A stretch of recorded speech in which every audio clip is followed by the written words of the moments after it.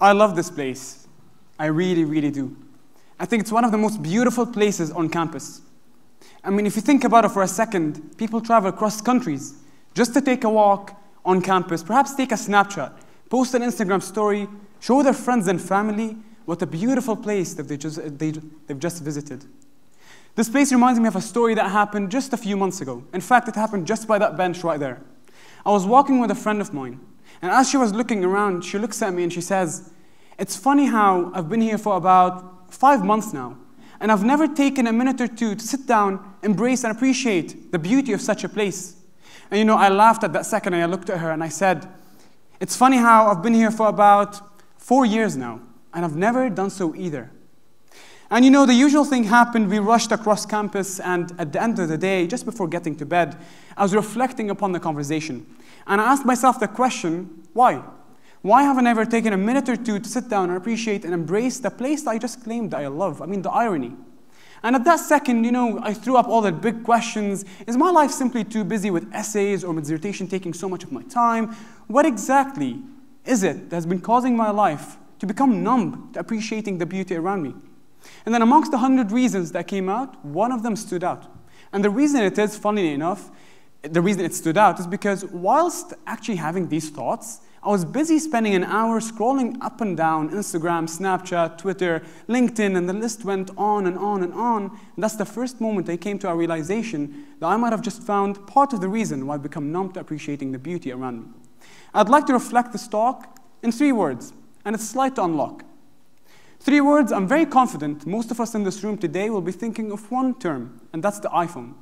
But I'm not here today to talk to you about the iPhone or even the technology. I'm here to talk to you about the social platforms. The social platforms that claim to make us more social. In fact, they claim to make the world flat. At the end of this talk today, I hope to achieve just 2 things, very simple things. The first being an insight. Just like everyone else, I'd hope to give you an insight about the topic, why it's significant and why it's important to escape from it. But the second thing, I'd like to leave you with a challenge.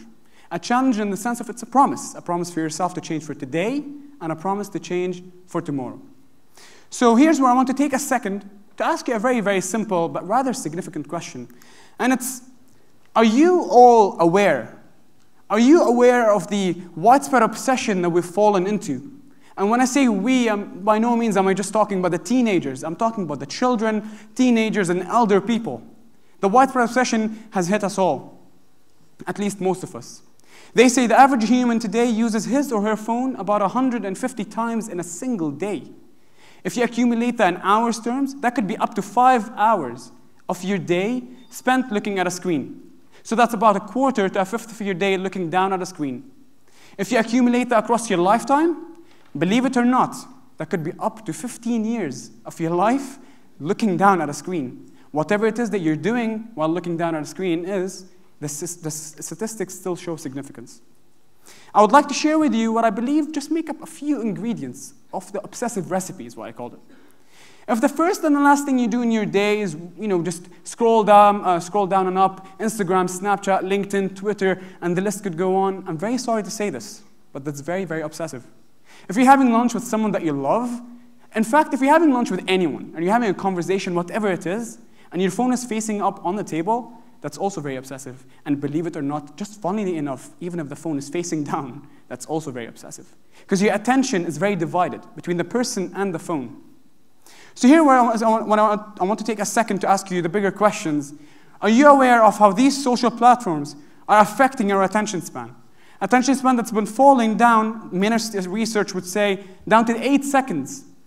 In fact, other research and studies have found that this is a second slower than a goldfish. Are you also aware that these social platforms have been affecting our social interactions, where they're actually destroying our social relationships rather than actually building them? But you see, this is not really surprising for me. I mean, we've become so conditioned in interacting from over a screen that we've become very, very impatient. In the sense that now we can get anything in a click of a button. We can buy anything in a click of a button. We can talk to anyone in just a second.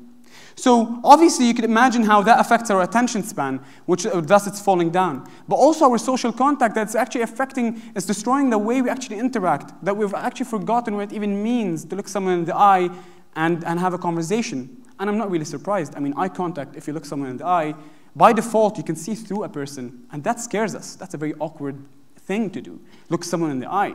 And we just happen to have the right tools to avoid it. But the bigger question is, apparently the timer is to my luck here, are you also aware of how these are actually affecting your identity? This is why I want to ask you, when you look yourself into the mirror, what do you actually see? Do you see yourself the way you define yourself, or do you see yourself the way others define you? From filtering pictures over Instagram to narrowing down our characters on Twitter, our lives have simply become, and I'm very sorry to say this, extremely fake. But this fake life also happens to be very perfect. And funnily enough, everyone around us, most of us at least, they're also perfecting their lives. We're all filtering our pictures. We're all trying to portray a perfect life, because if it's not a perfect life, if it's not a positive life, it simply does not go on social media. It simply does not get the likes, it doesn't get the shares, it doesn't get the retweets. And that's something we don't want. And so we start faking our lives. And this is when we start falling for two simple traps, but very significant. Trap number one is when we start comparing ourselves to everyone else around us. We would always want to be the other perfect person. We would always want to increase our likes, and that's very dangerous. But the bigger danger is, which is trap number two, is when you start comparing yourself not to everyone else, but rather when you start comparing yourself to you. You start creating an ideal self of yourself. It's like a superhero. But that superhero just happens to be very fake. And this is when you start driving your life aimlessly. You start following the crowd just because you think you should, but it's not because you want to. But believe it or not, at some point of my life, of course, I was amongst the big crowd. But then at another point, I left. And this is where I would like to share with you how I actually escaped all of this negativity. So how did I escape? About 4 years ago, obviously coming all the way from the Middle East to to Glasgow, you can imagine what kind of a cultural shock I faced. Alongside, of course, the beautiful weather outside, I mean, that also was a bigger even shock. And alongside being away from family, from parents, from friends, and from everyone around me, alongside having bad grades because it's a different system. I remember very clearly, I called my dad, I was like, Dad, listen, I can't do this. I have to leave. I can't. I'm falling and my grades are bad, I need to leave. And after the usual inspirational speech, which I appreciate, I decided to stay. But I remember very clearly, I looked myself in the mirror that day, and I asked myself one simple question. What exactly do I know about myself to have even decided that I want to stay here? Where do I want to be in 4 years? What's my objectives of actually deciding to stay here? Where do I want to be? And that's a big question. And that's when I found question marks everywhere. I couldn't define myself. And I decided to do the cliche thing of finding myself. So how did I do it? I traveled to Turkey. So I decided to travel to Turkey for 4 days. And luckily enough, just luckily enough, no one wanted to come along. So it was a solo trip. At the first instance, I thought, what kind of trip will that be? But then when the trip finished, I can tell you this, it was the most beautiful and liberating moment of my life. Because for the first moment ever, I was away from social media, I didn't have any Wi-Fi, I was able to do whatever I wanted to do, whenever. I took a 10-hour bus because I felt like it, and no one could tell me otherwise.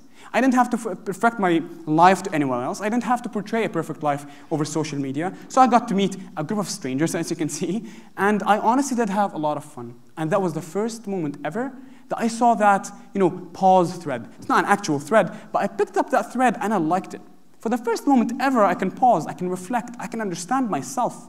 So I asked myself the question, what could I do to pause more often? What exactly is that moment of my day that I do and I would love to appreciate and embrace it more often? So I thought to myself, what else is better than breakfast? So, not necessarily because breakfast is any exciting, well, in this case, soup, it's not really. Just because breakfast is the only time of my day, I believe I have time for myself. It's an hour of my day that I get to daydream, I get to set mental objectives, I get to start my day fresh. Because for the rest of the day, and I think we'd all agree, we have demands, we have life goals, we have objectives. Alongside using your phone 150 times a day, alongside if you're using your phone 5 hours of your time, how stressful is that? So why not take a moment in the morning to start my day fresh? So now, I was obsessed over pausing. I'm not obsessed over social media anymore. I wanted to pause more often. So how could I pull that thread towards my life more often? Well, how could I do that? So I thought to myself, there's one moment, one thing that I do a lot during my day, and I could remove, I could really take out of my life to embrace my day more often. So I deleted Instagram and Snapchat. And it's that moment when I realized I didn't have to travel to pause or pause during my day. Now I could pause in the morning, sorry. Now I could pause during my day. There are small moments which I can appreciate now. But by no means am I saying that to pause you have to travel to Turkey or have good breakfast or delete Instagram and Snapchat. We're all different. Just control it before it controls you. And this is the whole point. because we're all very different. And this is where I would love to pass on the stage to every single person here today and ask you the question, how have you escaped? What is it that you do to escape?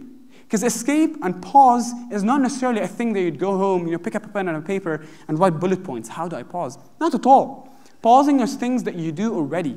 Pausing is that hour of book that you read on a daily basis, or the gym you go on a weekly basis, or the walk you go on. Even being here today could be a pause moment. But the danger is not being aware of it.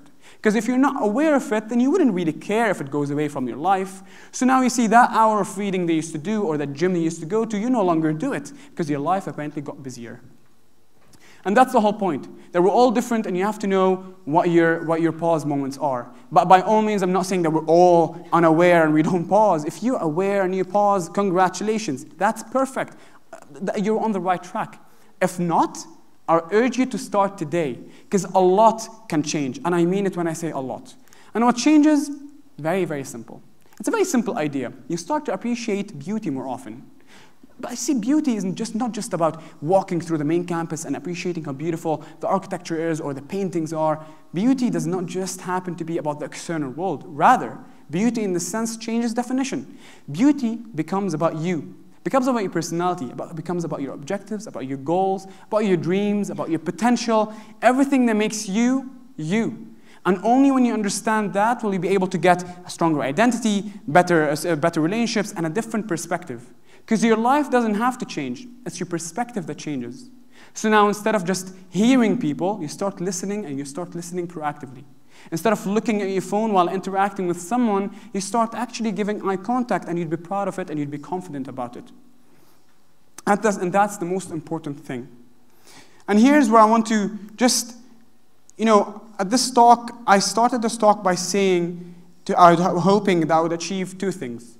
The first being an insight about the topic, and I hope I did. Although it was very quickly, I hope I showed you what social media could do, and why it's very important to escape it, and why it's very important to find yourself. Because I must honestly confess right now, if I hadn't done all of these things 4 years ago, found that pause thread, and kept pulling it towards my life, I wouldn't even be on the stage today. But you know what's even worse? I wouldn't have even been aware that being here today was even an opportunity for myself. Because I would have looked myself into the mirror and I would have had question marks everywhere. And I would have simply said, being on the stage is out of reach. And that's me watching an opportunity pass by my side, and I'm consciously allowing it. And this is where I'd hope I gave you an insight. But the second thing I said I would hope I achieve is more than an insight. Because an insight are words. And words can go around in your mind for only so long, but they can fade away, although they're very significant. But what's more significant are actions. So I'd like this point to be a point in your life where you look back at it whenever you feel you're lacking self-identity, whenever you feel you're using your phone 150 times a day or spending a quarter of your day looking down a screen. Look back at this moment. And this is where I'd like to ask you all for a favor. So could every person in this room, including myself, could you all take your phones out, just for a second? I'll do the same. Perfect. And hence the title of the talk, could we all slide to unlock? And just unlock your phone, basically. And if we could all just raise them as high as we can, just as high as you can, just let the screens shine. Perfect. That's very nice. Wow, that's actually a very nice scene. Okay, so, you see, I won't talk for long because hands get sore, and I'm not going to tell you to throw them at me. But a great man once said, a journey of 1,000 miles begins with a single step. I've seen what social media is and what it could do to your life. And this is where I'm sliding to power off. But the bigger question is, what will you do? Thank you very much.